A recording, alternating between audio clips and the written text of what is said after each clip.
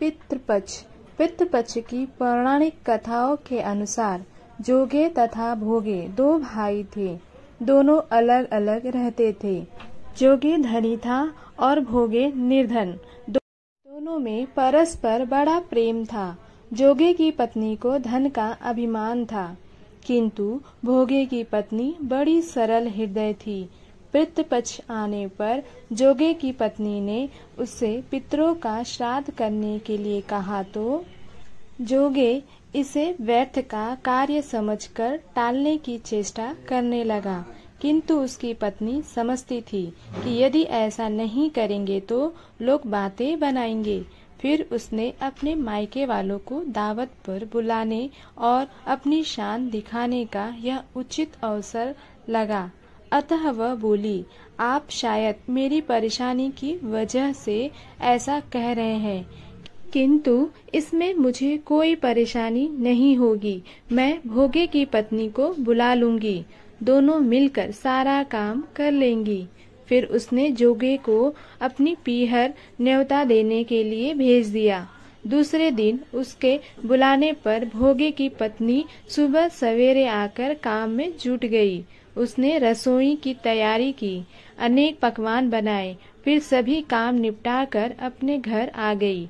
आखिर उसे भी तो पितरों का श्राद्ध तर्पण करना था। इस अवसर पर न जोगे की पत्नी ने उसे रोका, न वह रुकी। शीघ्र ही दोपहर हो गई। पितर भूमि पर उतरे। जोगे भोगे के पितर पहले जोगे के यहाँ गए तो क्या देखते हैं कि उसके ससुराल वाले वहाँ भोजन पे जुटे हुए हैं। निराश होके वे भोगे के यहाँ गए। वहाँ क्या था, मात्र पितरों के नाम पर अगियारी दे दी गई थी। पितरों ने उसकी राख चाटी और भूखे ही नदी के तट पर जा पहुँचे। थोड़ी देर में सारे पितर इकट्ठे हो गए और अपने अपने यहाँ के श्राद्धों की बढ़ाई करने लगे। जोगे भोगे के पितरों ने भी अपनी आप बीती सुनाई। फिर वे सोचने लगे, अगर भोगे समर्थ होता तो शायद उन्हें भूखा न रहना पड़ता, मगर भोगे के घर में तो 2 जून की रोटी भी खाने को नहीं थी। यही सब सोचकर उन्हें भोगे पर दया आ गई। अचानक वे नाच नाच कर गाने लगे, भोगे के घर धन हो जाएगा, भोगे के घर धन हो जाएगा। साँझ होने को हुई। भोगे के बच्चे को कुछ भी खाने को नहीं मिला था। उन्होंने माँ से कहा, भूख लगी है। तब उन्हें टालने की गरज से भोगे की पत्नी ने कहा, जाओ, आंगन में हौदी औंधी रखी है, उसे जाकर खोल लो और जो कुछ मिले बांट कर खा लेना। बच्चे वहां पहुँचे तो क्या देखते हैं कि हौदी मोहरों से भरी पड़ी है। वे दौड़े दौड़े माँ के पास पहुँचे और उसे सारी बातें बताई। आंगन में आकर भोगे की पत्नी ने यह सब कुछ देखा तो वह भी हैरान रह गई।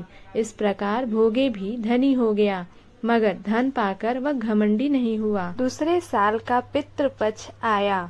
श्राद्ध के दिन भोगे की स्त्री ने 56 प्रकार के व्यंजन बनाए। ब्राह्मणों को बुलाकर श्राद्ध किया, भोजन कराया, दक्षिणा दी। जेठ जेठानी को सोने चांदी के बर्तनों में भोजन कराया। इससे पितर बड़े प्रसन्न तथा तृप्त हुए।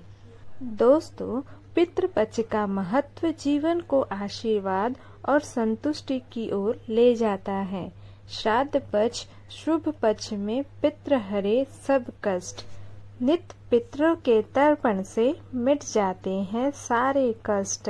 एक बार जोर से बोलिए, ओम नमः शिवाय।